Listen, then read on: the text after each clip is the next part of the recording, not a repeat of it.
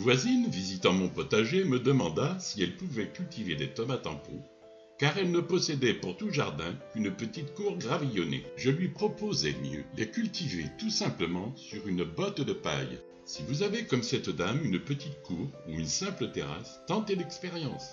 Et si vous avez des enfants, ce sera une formidable leçon de choses.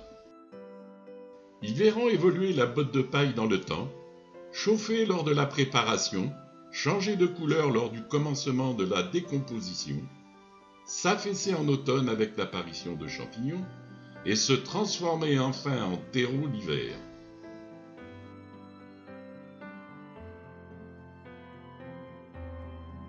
Maintenant, passons à la préparation de notre botte de paille. Disposez 4 morceaux de piquet au sol. Ils doivent être un peu plus longs et un peu plus larges que la botte de paille. Sur ces 4 piquets, disposez un morceau de solide bâche plastique. Elle récupérera l'eau et évitera les souillures sur votre cour ou la terrasse. Installez la botte de paille en veillant que la bâche plastique forme bien une petite cuvette. Maintenant, saupoudrez uniformément le dessus de la botte de paille avec un engrais bio très riche en azote. Après cet apport, arrosez doucement mais longuement pour que l'engrais pénètre uniformément entre les brins de paille.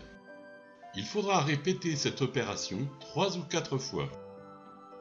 Une semaine plus tard, ou plus, selon la richesse en azote de l'engrais, la température à l'intérieur de la botte va monter et la paille va changer de couleur pour prendre une couleur brune. Attendez quelques jours et la température va baisser. Voilà, il est temps de planter vos tomates accompagnées d'œillets d'Inde. Si vous maintenez votre botte de paille humide mais jamais détrempée, vous serez surpris du résultat. Il vous aura simplement fallu une botte de paille et 15 à 20 jours de préparation avant la plantation.